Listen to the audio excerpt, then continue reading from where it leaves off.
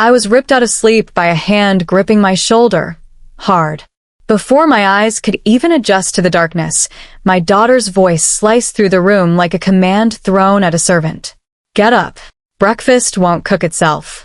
For a moment, I genuinely thought I was dreaming. No, hallucinating. Because Lydia, my 27-year-old daughter, had never, not once in her entire life, spoken to me in a tone that sharp. I blinked up at her, confused, disoriented, still tangled in the warmth of my blankets. But she didn't wait for me to gather myself. She yanked the blanket clean off my body, letting the cold morning air slap me awake. Honestly, Mom, she scoffed, snapping her fingers twice as if summoning my attention. You're so slow. Leo likes his breakfast early, and you're already behind. Behind. As if my own home ran on her schedule. My heart thudded against my ribs. Not from fear, but from a humiliation so sharp it could have drawn blood. Lydia didn't soften, didn't smile, didn't even acknowledge the shock on my face. She just stood there in the faint glow of the bedside lamp, arms crossed, tapping her foot impatiently as if I'd inconvenienced her by being asleep at 5 a.m. This wasn't my daughter. This was someone who had walked into my home and decided she was royalty, and I was her staff. Slowly, without a word, I pushed myself upright. Lydia watched me like she was assessing whether I would obey quickly enough for her liking. The entitlement in her eyes was so startling it froze the air between us. But then something shifted, not in her, in me.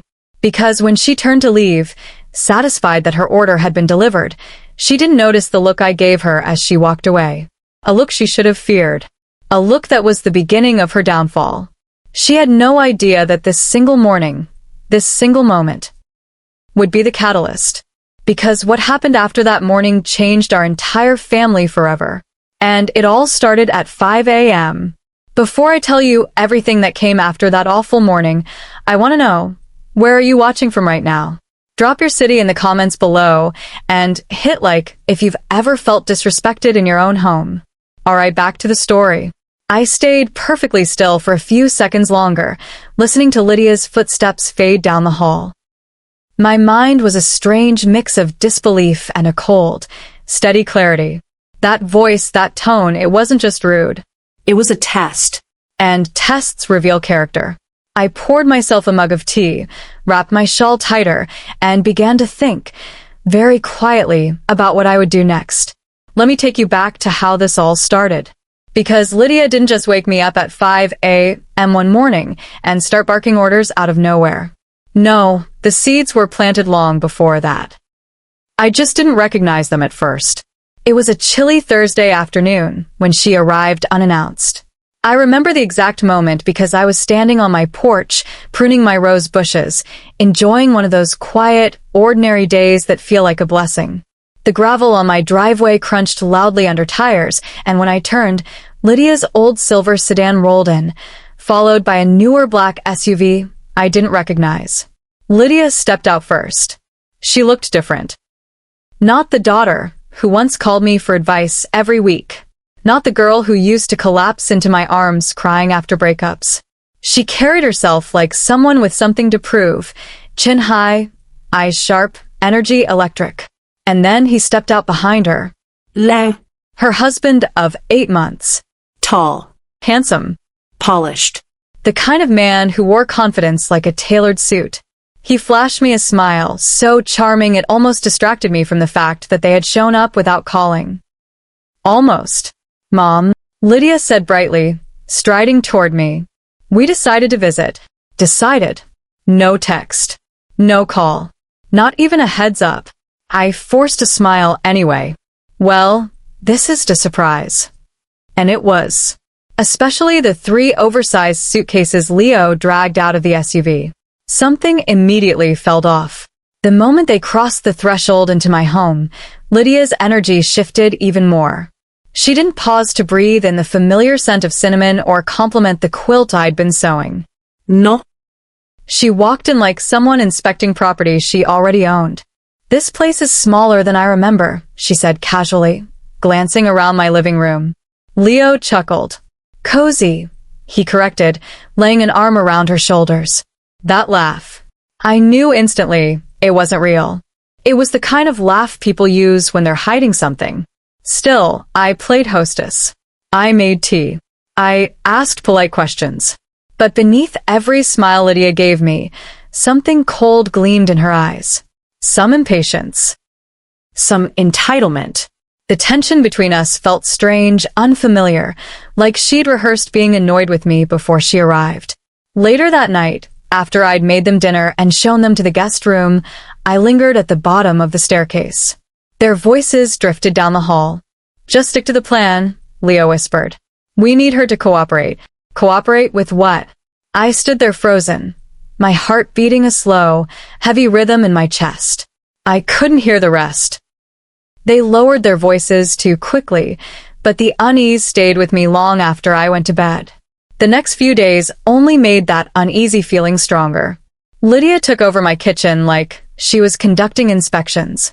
She criticized where I kept my spices. She rolled her eyes when I cooked old-fashioned meals. She even complained that my Wi-Fi wasn't fast enough for her projects, though she never told me what those projects were. Leo was another puzzle. Charming. Courteous. Too courteous. He complimented everything, my home, my garden, my cooking, but always with an undercurrent of calculation. Whenever he thought I wasn't looking, he stared around the house with a glint in his eyes. Assessing. Evaluating. Measuring. And every evening, Lydia and Leo would whisper behind closed doors. My house, my sanctuary of calm and routine, suddenly didn't feel like mine anymore. Something was wrong. I could feel it in my bones. But nothing could have prepared me for what was coming. Because as uncomfortable as their sudden visit was, as strange as their behavior seemed, the real shift, the real disrespect, didn't begin until the morning my daughter shook me by the shoulders and said, "Get up. Breakfast won't cook itself." And that moment was the crack that revealed everything rotten underneath. At first, the disrespect was small. Small enough that if I brought it up, Lydia could have shrugged and said I was being dramatic or misinterpreting things. So I kept quiet. I observed. I listened. And each day, a new piece of the puzzle clicked into place. It began the morning after they arrived. I was in the kitchen preparing coffee when Lydia walked in, glanced at the mug in my hand, and said, "Oh, good, you're up." Leo takes his coffee without milk. "Make his first, please." "No, good morning." "No, how did you sleep?" Just an order delivered casually like this had always been our dynamic. I blinkte her. "You mean, you want me to make coffee for him?" She frowned like the question irritated her. "Obviously, Mom. He has a long workday. Just make it how I told you." Leo appeared then, perfectly timed, perfectly polite. "Morning, Mrs. Anders," he said, sliding into a chair at the kitchen table. "Appreciate the coffee." The appreciation sounded rehearsed. Practiced. Like a tactic rather than gratitude. Still, I made the coffee. Out of courtesy. Out of confusion. Out of wanting to avoid tension. But something inside me shifted. This wasn't how my daughter usually behaved. This wasn't how any house guest should behave. By lunchtime, Lydia had moved from small requests to casual commands. "Mom, wash our laundry."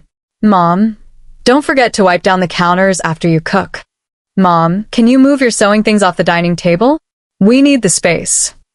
We. As if she and Leo were co-owners of my home. Leo never corrected her.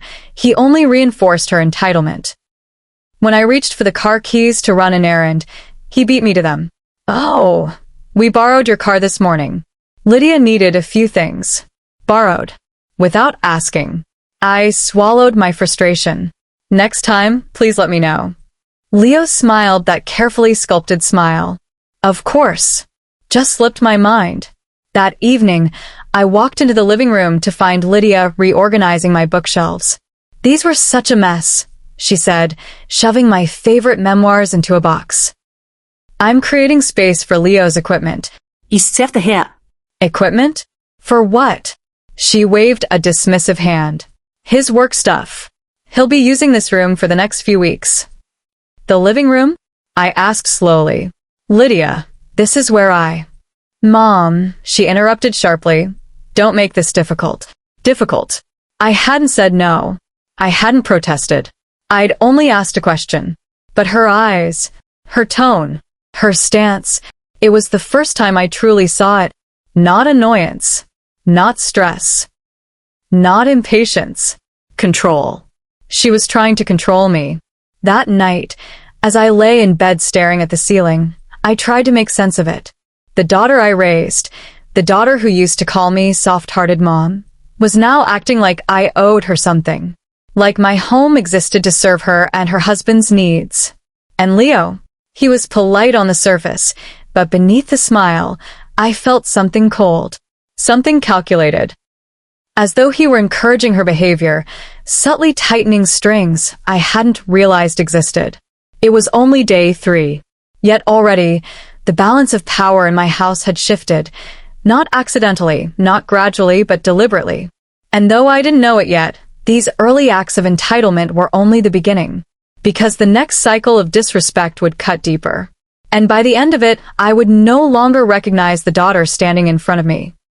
If cycle 1 was disrespect disguised as requests, cycle 2 was an escalation into outright control, subtle enough to deny, sharp enough to wound. And it all began before sunrise. On the 4th morning of their stay, I woke to the sound of footsteps outside my bedroom door. Soft. Purposeful. Then the faint creak of my doorknob turning. Lydia didn't knock. She simply poked her head in and said, "Mom, are you up? It's already 6. Leo needs breakfast soon." Already 6. As if I was an employee arriving late for a shift. I pushed myself up on my elbows. "Lydia, I don't typically cook breakfast for guests." She shrugged. "Well, Leo likes routine. And you're usually up early anyway. Just try to be quicker." There was again that dismissive tone, that assumption that her needs superseded my boundaries. And Leo, standing behind her with his tie half knotted, didn't say a word to correct her. He simply smiled. A tight, appreciative smile that looked more like expectation than gratitude.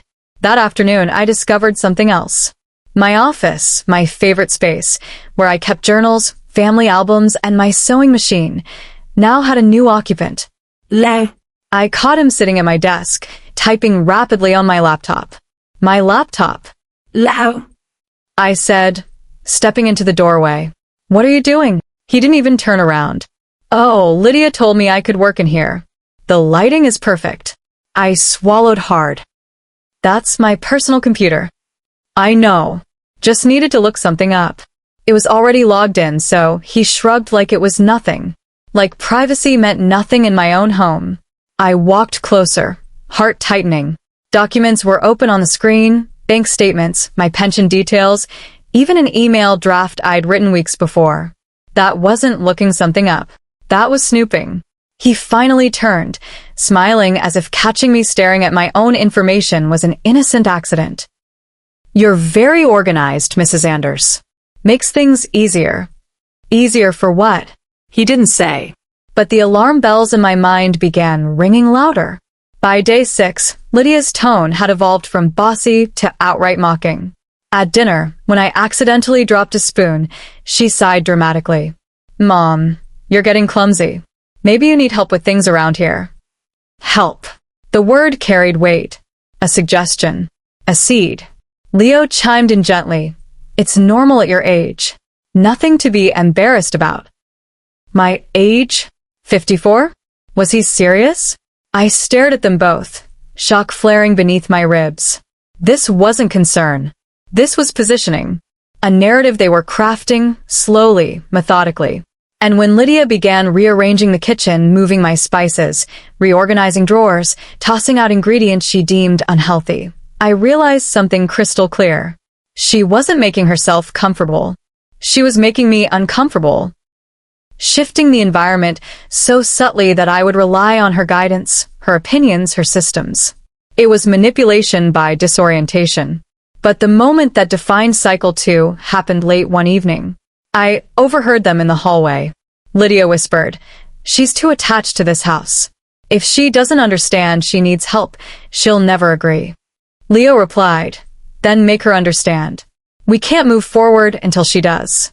Just stay consistent. Routine softens resistance. Stay consistent. Routine softens resistance. These weren't the words of a daughter caring for her mother.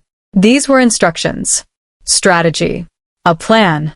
And suddenly, everything, the early wake-ups, the clumsiness, comments, the reorganizing, clicked into horrifying clarity. They weren't trying to help me.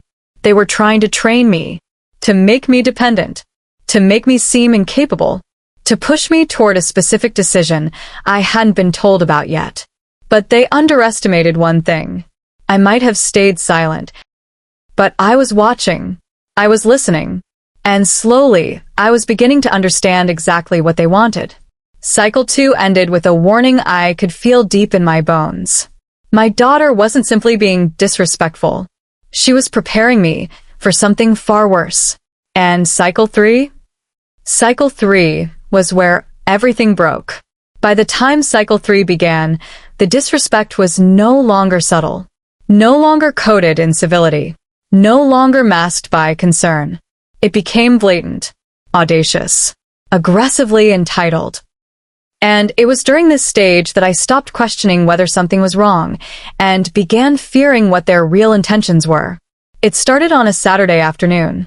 I was in the living room dusting when Lydia walked in on a video call with her friend. Loud. Careless. Dramatic.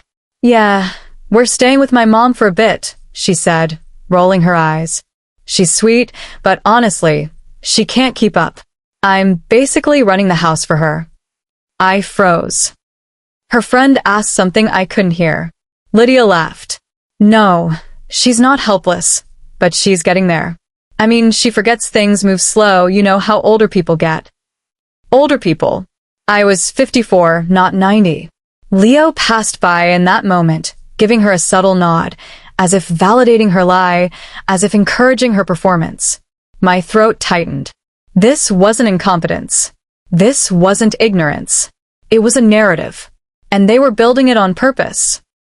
That evening, I tried to reclaim a sliver of peace by settling into my favorite chair with a book. Before I could even open it, Lydia plucked the novel straight out of my hands. Mom, you need to stop isolating yourself. It's not healthy. Let's watch something as a family. Ist her. Stunned. I'm not isolating. I'm reading. She scoffed. See?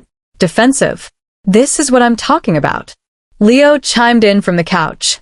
We just want to help you develop better habits. That's what family is for. Habits. Better habits. It was all so patronizing. So rehearsed. So perfectly aligned, as if neither of them were speaking from emotion but from a script. Then Lydia said something that chilled me. Mom, don't you think it's time to let someone take care of you for once? I set my jaw. I don't need taking care of. She smiled, slow, condescending. You don't see it yet. But you will. The worst came 2 nights later. I walked into my own kitchen and stopped dead. Everything was rearranged. Pots moved. Spices gone. Appliances unplugged. Drawers emptied. My entire cooking system dismantled. Lydia, what is this? I whispered. She didn't look up as she scrubbed a pan. I reorganized. This kitchen was chaos. Chaos? I had kept this kitchen running for 30 years. Leo entered then, holding my mail. Without asking. We opened your letters by mistake, he said.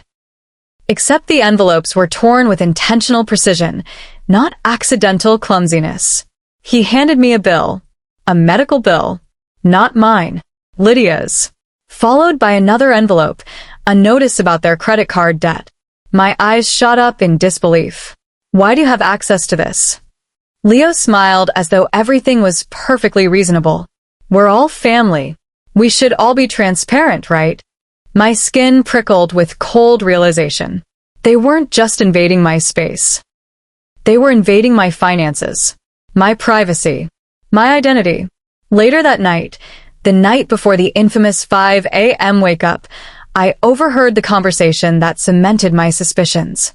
We need her to agree soon, Leo muttered. If she won't willingly sign off, we'll have to show she can't handle living alone.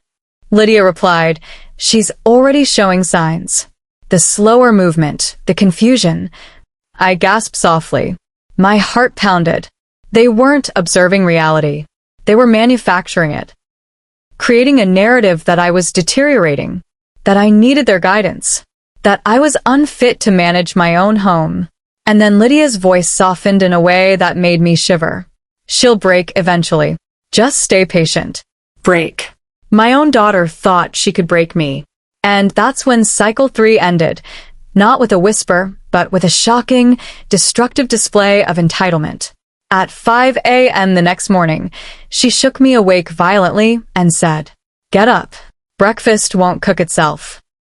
That wasn't a request. That was domination. A line crossed. A mask dropped. A declaration of their plan.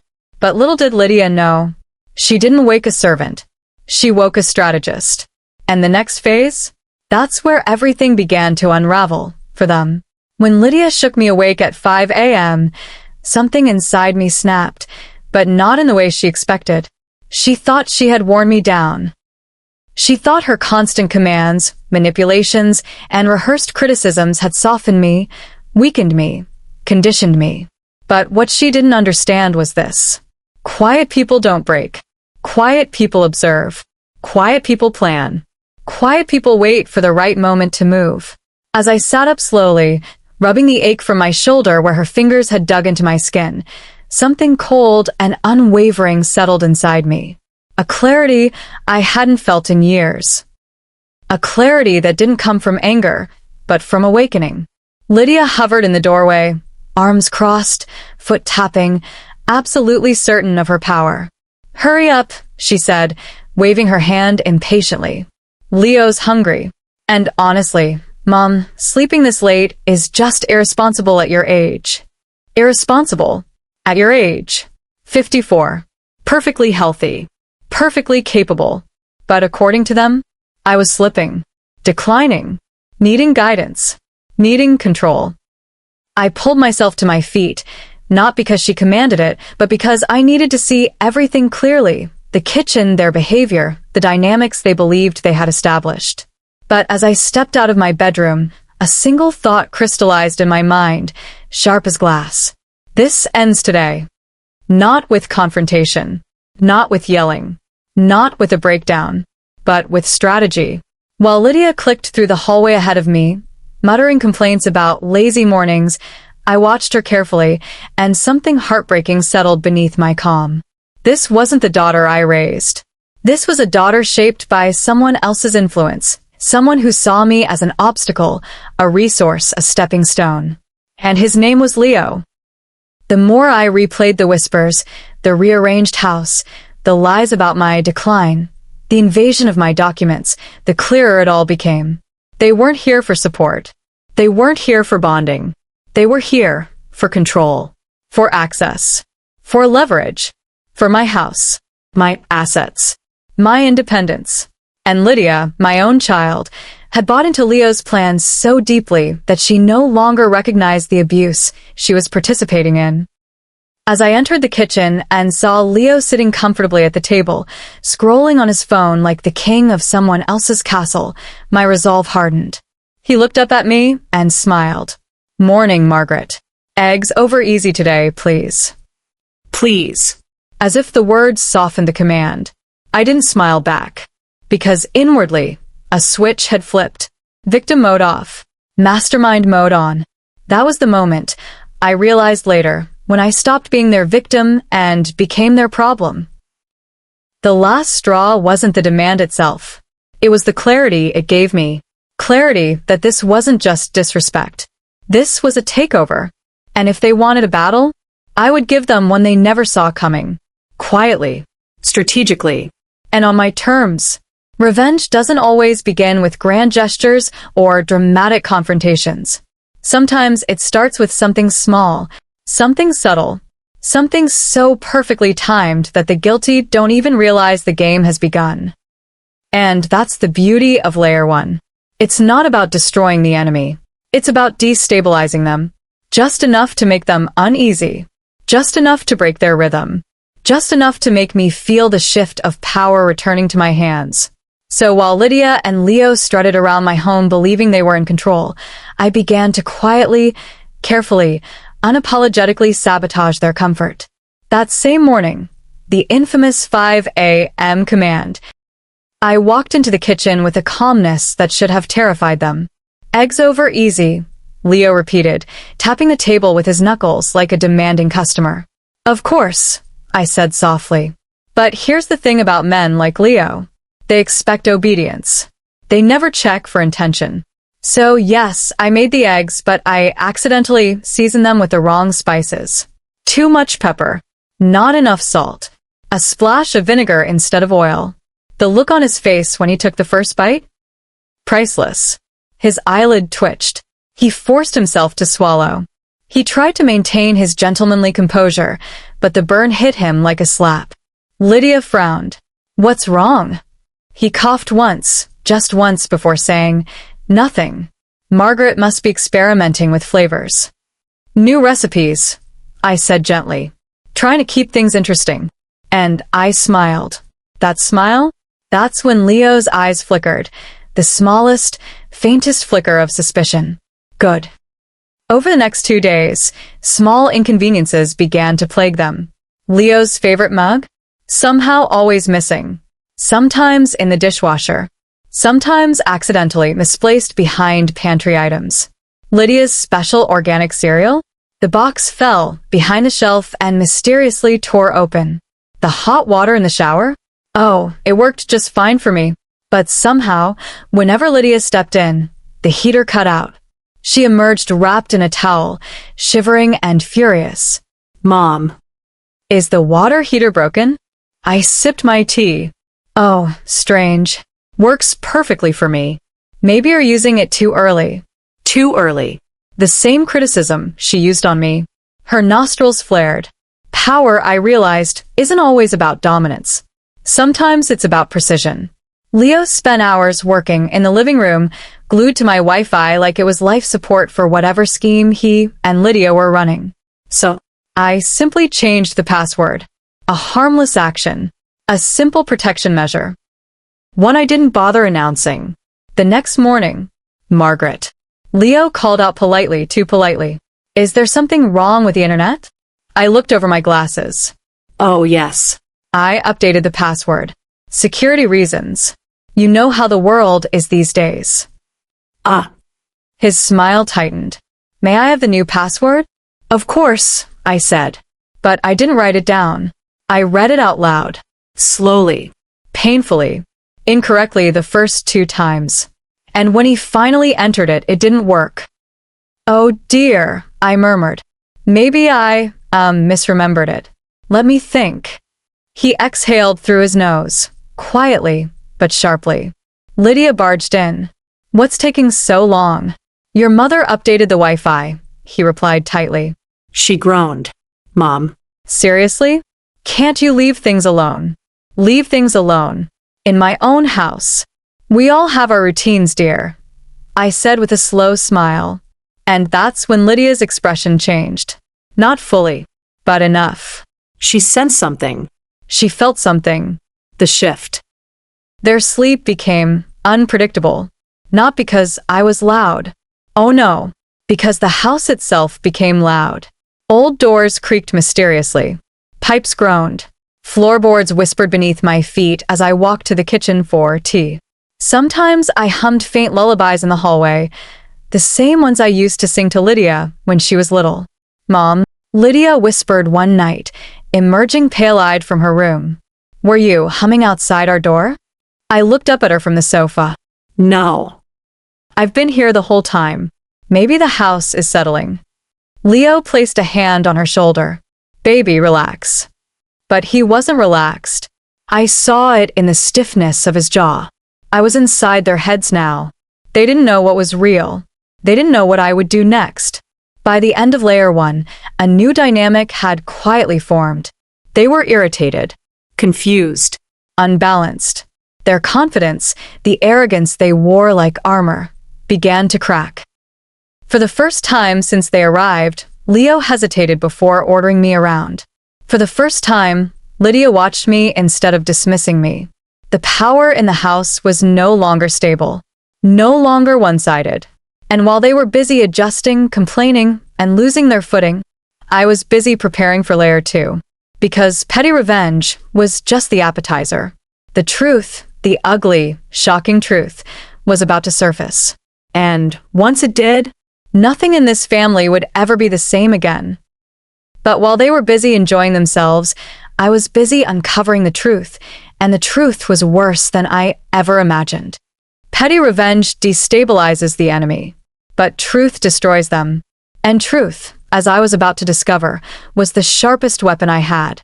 Because while Lydia and Leo spent their days complaining about misplaced mugs, cold showers, and technical issues, I spent mine doing something far more dangerous. I watched. I listened. I investigated. Quietly. Methodically. Without leaving a single footprint. And the more I uncovered, the more horrifying their intentions became. It began with something small. A folder left open on my desk. Leo's carelessness or arrogance. I wasn't sure which. But inside, beneath a few random papers, was a letter addressed to Lydia. Notice of past due payment. Final warning. I frowned. Lydia had never told me she was behind on anything. In fact, she'd always portrayed herself as financially stable, independent, thriving. But this bill told a different story. Then I found another. And another. Credit card debts. Delayed car payments. A failed business loan in Leo's name. A pattern emerged. They were drowning.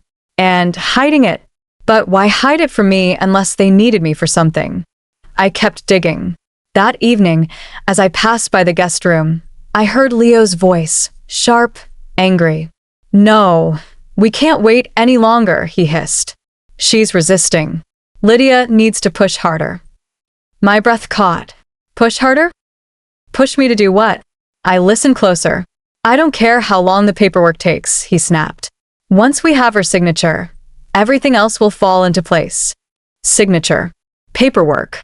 Two words that twisted my stomach. I stepped back quietly, my heart pounding. Whatever he meant, it wasn't good. And Lydia, my daughter, was part of it. Leo thought he was clever using my computer, but he forgot one thing. Computers track activity. When I opened the browser history, I didn't find harmless searches or work emails. I found pages that chilled me. How to get power of attorney for an elderly parent. Does cognitive decline affect legal independence? Signs of unfit home management. How to expedite the sale of inherited property. I felt sick. Every disrespectful act, every comment about my age, every moment she made me feel slow, forgetful, disorganized. It wasn't random. It wasn't emotional. It wasn't accidental. It was documentation. Evidence building. A narrative they were constructing to justify taking control. This wasn't just manipulation. This was a coordinated effort to declare me incompetent. My heart shook with betrayal. My daughter, my only child, was trying to paint me as unstable so she and her husband could take everything from me. 2 days later, their plan grew even clearer. I followed them, quietly, when they left the house claiming they needed to get groceries. But instead of driving to the supermarket, they pulled into the parking lot of a small legal office. My stomach tightened.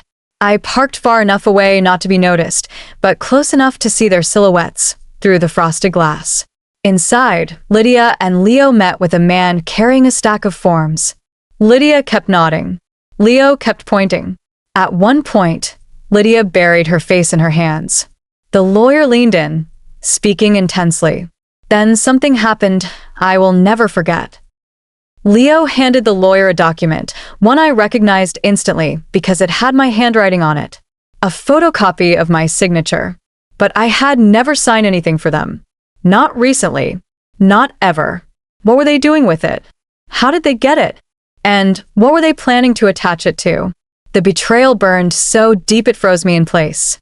Back home, I dug deeper, into drawers, into conversations they thought I didn't hear, into behavior they assumed I didn't recognize. Piece by piece, their true motive took shape. 1. Leo's business had collapsed. He owed money to lenders, former clients, and even family friends. 2. Lydia quit her job because of stress, or so she claimed. In reality, she was fired for unprofessional behavior. 3. They were seeking a financial reset. And I was the reset. For my house, fully paid off, was worth enough to cover all their debts. And then some. 5. They didn't want me to voluntarily sign the house over. They wanted to build a case that I was unfit, Confused. Deteriorating. so they could obtain power of attorney, sell my home, use the equity to repair their collapsing lives, and ship me off somewhere safe, somewhere silent, somewhere controlled, somewhere out of the way. The realization was enough to make anyone crumble. But not me. Not anymore. That night, I sat at my kitchen table, the documents spread in front of me. Everything clicked into place. The early wake-ups, the accusations of forgetfulness, the reorganizing of my house, the comments about my age, the invasion of my finances, the lawyer's office, the fake signature. They were not simply manipulating me. They were trying to erase me. And in that moment, I stopped being hurt. I became dangerous. Because now I had something I didn't have before. Proof, a motive, and a plan. Layer 2 was complete. The truth was uncovered. And Layer 3, the big twist, was about to turn their entire scheme inside out. But the full truth, the kind that changes the course of a story, the kind that reveals not just motive, but danger. That truth is a turning point. Layer 3 wasn't just about learning what Lydia and Leo wanted. It was about discovering what they were willing to do to get it. And what I found, it changed everything. When I first began uncovering the lies, I assumed Lydia was the mastermind. She was the one giving orders. She was the one treating me like a child. She was the one rehearsing narratives of my incompetence. But the big twist revealed this. Lydia wasn't controlling Leo. Leo was controlling Lydia. It happened one night when I overheard an argument behind their closed door. Lydia's voice broke, strained and exhausted. "Leo, I don't want to do this to her anymore. She's my mother." His reply was ice sharp. "You don't get to back out now. Not after everything I've covered for you." Covered for her? My heart pounded. What did she owe him? Then he said something that made my blood run cold. "You remember who paid your debt when you blew through your savings. You remember who kept you from getting sued. You remember who cleaned up your mess at your last job. You wouldn't survive without me." There it was. The truth beneath the manipulation. Lydia didn't join the scheme. She was trapped in it. Not innocent. Not blameless. But trapped. Leo had wrapped himself around her insecurities like a snake coiling around its prey. This wasn't just financial desperation. This was psychological control. When I found the unlocked folder on my laptop, I thought it was just debt. It wasn't. It was a trail. A trail of complaints, allegations, and investigations connected to Leo, all involving vulnerable people. A pattern. An elderly aunt who forgot to update her insurance papers. A grandfather who suddenly signed over property after a decline in mental clarity. A former landlady who mysteriously lost her savings during his help with online banking. And most chilling of all, a lawsuit, dismissed due to lack of evidence, from a former girlfriend's family, accusing him of coercion and manipulation regarding her financial accounts. Every case followed the same pattern. Befriend, earn trust, isolate, control, access finances, disappear before consequences hit. And now, he had moved on to a new target. Me. Remember the legal office I followed them to? I thought they were preparing documents. But the twist was worse. They had already filed a preliminary petition to review my cognitive competence. A formal request. With my forged signature attached. They didn't plan to ask me to give them authority. They planned to take it. By force of legal manipulation. By claiming I was unfit, forgetful, unstable. Their strategy was precise. Weeks of subtle gaslighting. Accusations of forgetfulness. rearranging the house, so I seemed confused. Early morning routines to show disorientation. Nina recording moments of fatigue or hesitation to use as evidence. All of it, all of it, was groundwork for a legal takeover. My home, my finances, my autonomy. They weren't just trying to steal from me. They were trying to erase me. The breaking point came unexpectedly. I walked past Lydia while she sat at the kitchen table alone, her head buried in her arms. Her shoulders shook. Quietly, violently. She was crying. I almost kept walking. Almost, but something in me paused. I had to know the truth. So I stepped closer. "Lydia," I whispered. She flinched as if burned. "Mom, I'm so sorry." And the apology cracked something inside me. Not forgiveness, but understanding. "What have you gotten yourself into?" I asked softly.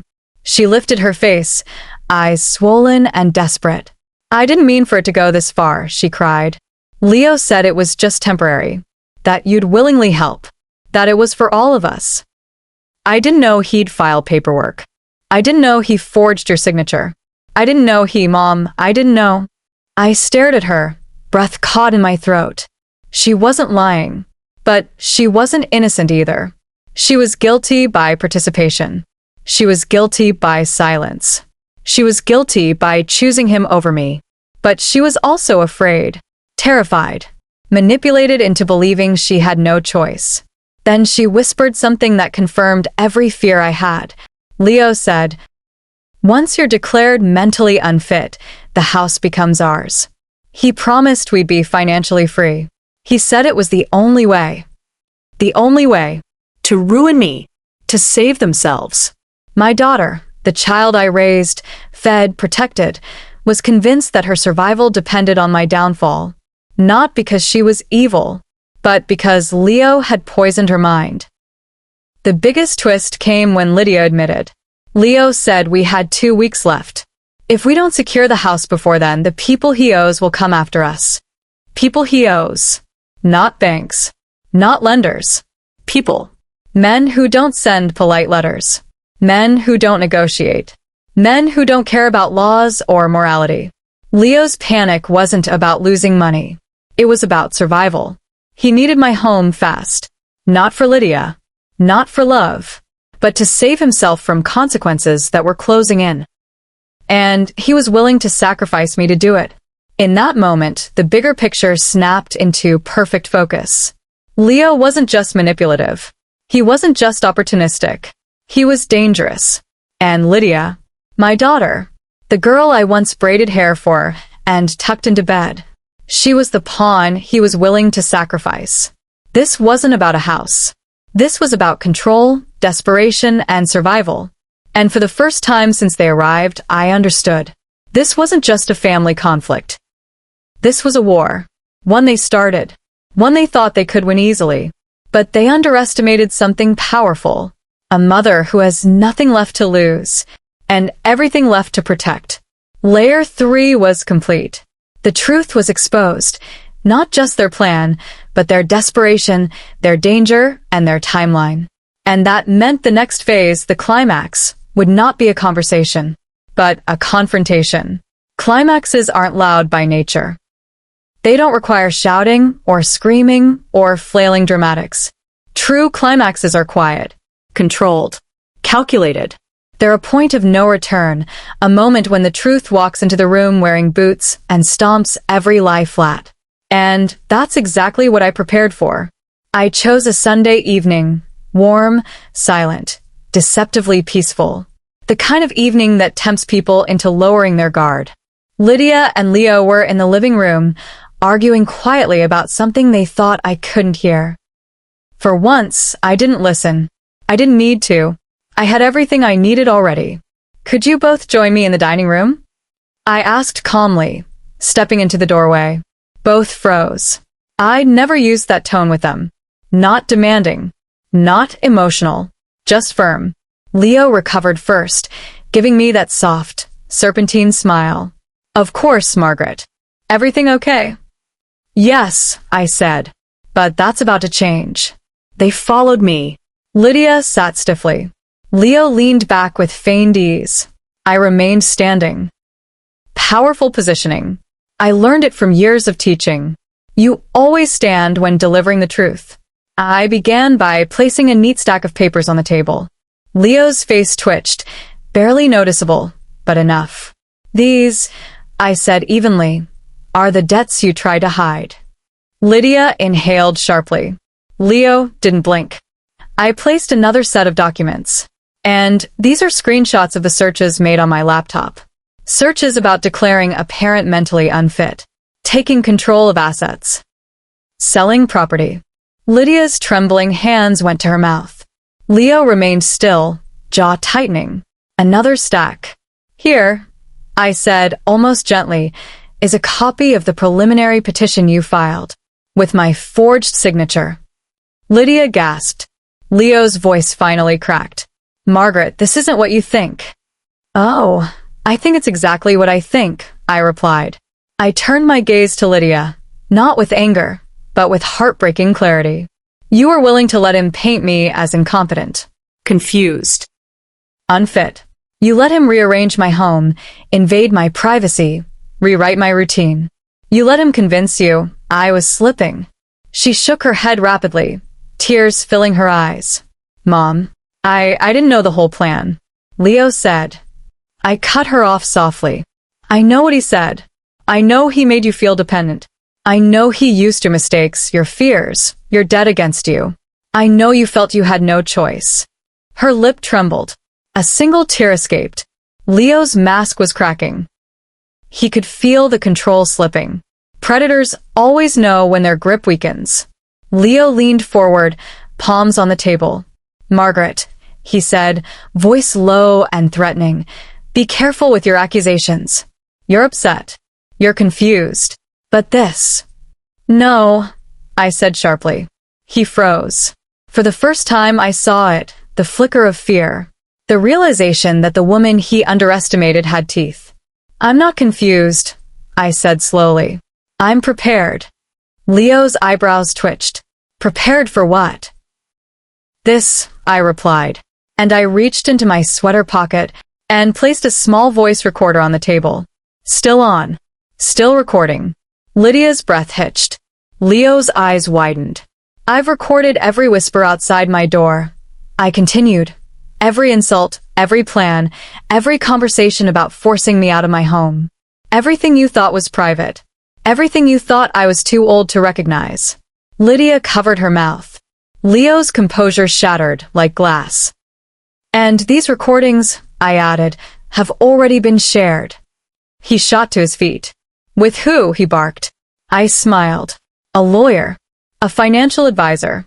And, since you seem to enjoy legal strategy, let me introduce my own, the local authorities. Lydia gasped. Leo's hands curled into fists. Yes. This was the moment where the power flipped. I stepped closer to Leo, so close he could see the steadiness in my eyes. You have two options, I said calmly. He swallowed. One, I continued. You both pack your things and leave my home tonight. No arguments. No negotiation. You walk away and I stay silent. His jaw clenched. And the other? I leaned in just slightly. Option 2. I hand these recordings and documents to the police and file charges for fraud, coercion, financial manipulation, and attempted identity forgery. And you, Leo, can spend the next several years explaining your actions to a judge. Silence. Thick. Heavy. Smothering. Lydia sobbed into her hands. Leo stared at me, weighing the cost of ego versus the cost of prison. He chose preservation. Predators always do. We'll leave, he finally snapped. No. I correcte sufli. You will apologize. Both of you. Then you will leave. Leo stiffened. Lydia whispered, through tears. I'm sorry, Mom. I'm so sorry.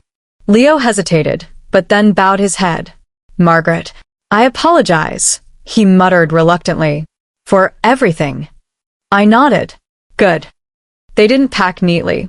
They didn't argue. They didn't pretend anymore. They fled, Leo with rage simmering in his eyes, Lydia with heartbreak weighing down her steps. As the door slammed shut, the silence that followed wasn't lonely or eerie. It was victorious. It was mine. I stood in the center of my home, breathing deeply. For the first time in days, I felt grounded, safe, balanced. They had tried to break me. They had tried to weaken me. They had tried to erase me. But instead, I revealed everything. And for the first time, they were the ones who were scared. The climax was over. But the story wasn't done yet. Because consequences echo long after the confrontation ends. When the front door finally shut behind Lydia and Leo, the house fell into a silence so deep it felt like the walls themselves were exhaling. For days, my home had been filled with tension. Whispers turning into strategies, footsteps turning into intrusions, simple routines turning into battlegrounds. But now? Now there was stillness. Now there was peace. Now there was clarity. I locked the door, not out of fear, but out of closure. That simple click felt like sealing a chapter one never asked to live through. I leaned my back against the wood, let my eyes close, and allowed myself to breathe. Really breathe. The kind of breath you take after surviving something that was supposed to break you. The relief came first. A wave that washed over me as I walked through each room, seeing my space restored to its rightful energy. No more boxes of their things. No more rearranged shelves. No more whispered plans behind doors. No more waking up at unnatural hours to prove a falsified incompetence. But then came something heavier. The ache. The ache of betrayal. The ache of knowing my own child allowed this to happen. The ache of realizing she had been weaponized against me. I sat at my kitchen table, the same table where I had confronted them just hours before, and stared at the empty chair where Lydia had cried. I didn't feel hatred. I didn't feel rage. I felt sorrow. And strangely, a sense of understanding. Not forgiveness. Not yet. But recognition of how deep her fear must have been to let Leo twist her into someone she was never meant to become. Once the emotional dust settled, the practical side of me took over. I called my lawyer, then my financial advisor, then the local detective who had received my earlier report. I wasn't leaving anything to chance. Together, we updated my will, secured all my financial accounts, placed identity theft alerts, flagged the forged petition, filed the recordings and documents formally, added property protections to prevent unauthorized claims, established a durable power of attorney, assigned to someone I trust. For the first time in my life, my affairs were fully shielded.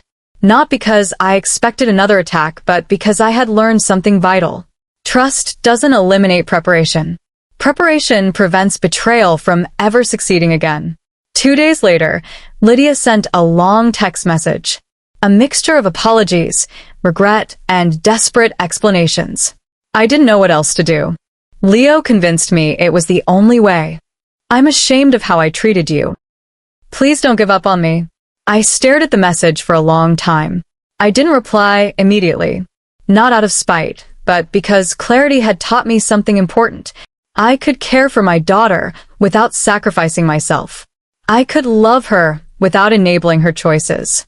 I could support her healing, but only if she chose it, not if she manipulated me into it. So, when I finally replied, my words were firm. I love you, but things have to change. We will rebuild slowly, with boundaries. When you are ready to take responsibility, not just apologize, you can come home for a conversation. Her response was immediate. I understand. I'll do better. I didn't know if she truly meant it, but for the first time, I wasn't making excuses for her. Growth had begun, not for her, but for me. In the days that followed, I reclaimed my life. I reorganized my kitchen the way I liked it. I restored my bookshelves. I tended to my rose garden. I returned to my peaceful routines. And as I sat on my porch one quiet evening, tea warming my palms, I realized something profound. I didn't just win. I didn't just protect my home. I didn't just expose their scheme. I found myself again. And in that discovery, I gained something I hadn't felt in years. my power back. Not loud, not aggressive, not vengeful, Silent. Steady. unshakable. In the end, I whispered to myself as the sun dipped below the horizon. I didn't just get justice. I got clarity. Clarity that my worth is not up for negotiation. Clarity that boundaries are love in their strongest form. Clarity that survival doesn't require shouting, just strength. And I had found mine again. I thought the silence after Lydia and Leo left would be the end of it. The end of the tension. The end of the betrayal. The end of the story. But life has a strange way of reminding you that some endings are really beginnings in disguise. A few days after reclaiming my home, I received a message. One that shifted everything I thought I understood about what had happened. It wasn't from Lydia. It wasn't from Leo. It wasn't from anyone I knew. It came from a number I didn't recognize. A woman's voice appeared as an audio note. Shaky. Nervous. Almost whispering. Margaret, I'm sorry to contact you this way. You don't know me, but I know Leo. I need to warn you. Warn me. That word sent a chill straight through my bones. I pressed play again. He did the same thing to my aunt, the woman continued. The manipulation. The legal paperwork. The financial control. She barely escaped. And when she tried to go to the police, he disappeared. I leaned back, gripping the phone. Disappeared? He's been doing this for years, she said, voice breaking. He finds women with families he can infiltrate. He targets people who trust easily. He convinces them they're failing. He isolates them until they hand him everything. A pause. He won't stop just because you exposed him. He gets desperate. And desperate men are dangerous. The message ended there, raw, unfinished, foreboding. I stared out the window at my quiet street, feeling the weight of her warning settle over me like a shadow. The confrontation I had with Leo wasn't closure. It was disruption. A crack in his pattern. A failure he wasn't expecting. A humiliation he would want to erase. The story wasn't over. Not even close. Because somewhere out there, Leo was regrouping, recalculating, planning his next move. And whether he intended to come back for revenge, or simply disappear into another family's life, I knew one thing with absolute certainty. This wasn't the end of my story. This was the beginning of the next chapter. Thanks for listening. Don't forget to subscribe. And share your own story in the comments. Your voice matters.